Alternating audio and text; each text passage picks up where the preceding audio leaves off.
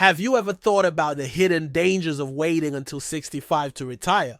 It seems like the norm, right? But as someone who's been a financial advisor for over 2 decades, I can tell you that this mindset can be misleading. There's a significant risk, a potential pitfall that many overlook, and I want to make sure you're aware of it.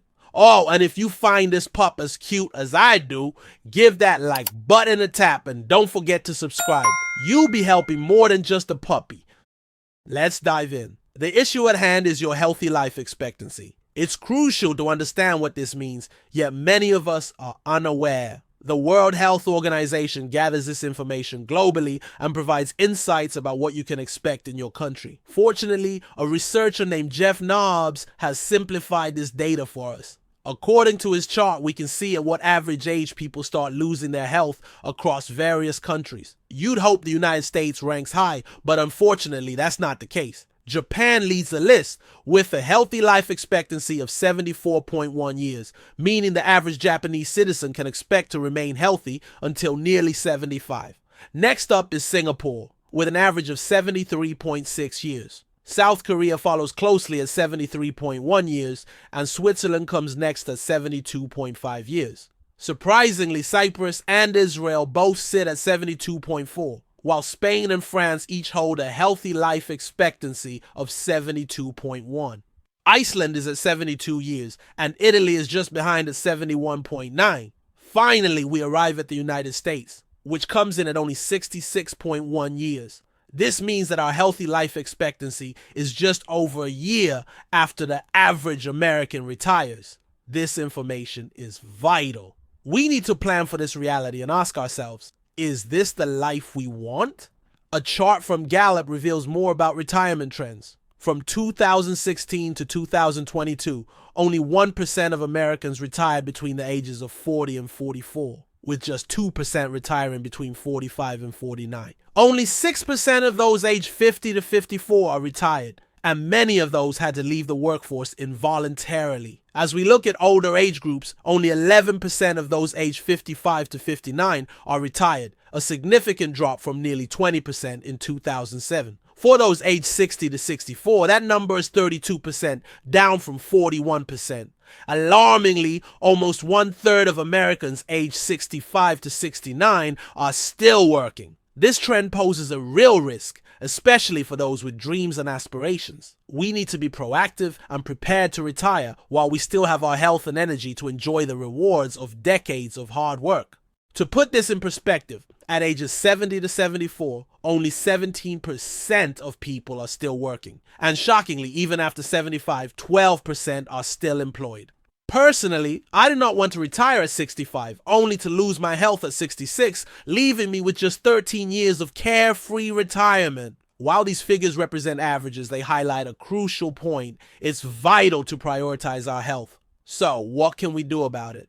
First and foremost, prioritize your health. As a financial advisor, I stress the importance of financial goals, but your health is even more critical. Take the time, effort, and resources to eat well. Avoid cheap fast food and invest in preparing healthy meals. Incorporate cardiovascular exercise into your routine a couple of times a week and work on maintaining your muscle mass. You don't have to be a bodybuilder, but keeping your muscles strong is essential. Secondly, examine your finances and devise a plan. Think about what it would take to retire at 55. Often it's less daunting than people assume. Having a reasonable game plan is essential. I advise 3 key principles for wealth building. Regardless of how much you earn, spend less than you earn. Over half of Americans earning more than $100,000 don't save a single dollar. Earning a great salary is fantastic, but saving and investing are critical. Now, let's touch on the second and third principles, which I present a bit tongue-in-cheek. One house, one spouse. In today's world, do we truly need multiple properties? With platforms like Airbnb, maintaining a second home can become burdensome due to taxes, maintenance, and HOA fees. Remember, it's not just about saving. Investing is crucial too. While this video isn't providing specific financial advice, collaborating with a professional to create a solid plan is wise. Importantly, understand that asset allocation plays a massive role in investment success, up to 90%.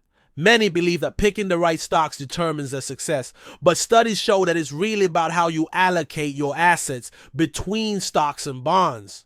As a financial advisor, I've seen countless situations unfold, which gives me insight into what works and what doesn't. It's important to recognize how you might react to market fluctuations. For example, during the financial crisis, the S&P 500 dropped by 60%. Working with someone experienced it can provide guidance on navigating these emotional responses.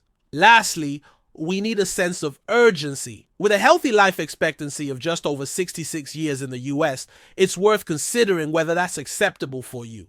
It doesn't mean that everyone will experience health issues at this age, but a realistic assessment of your health and family history is vital. Personally, I come from a family with heart issues, and I'm mindful of my health because of that. As we approach 60, most of us have less than 1,000 weeks of healthy, active time left. That's a fleeting amount of time. Whether we have 500, 1,000, or even 2,000 active weeks, we want to look back and know we made thoughtful and intentional choices about how we spent that time. I hope this discussion helps you reflect on your retirement plans and health. Remember, it's about being proactive today for a healthier tomorrow.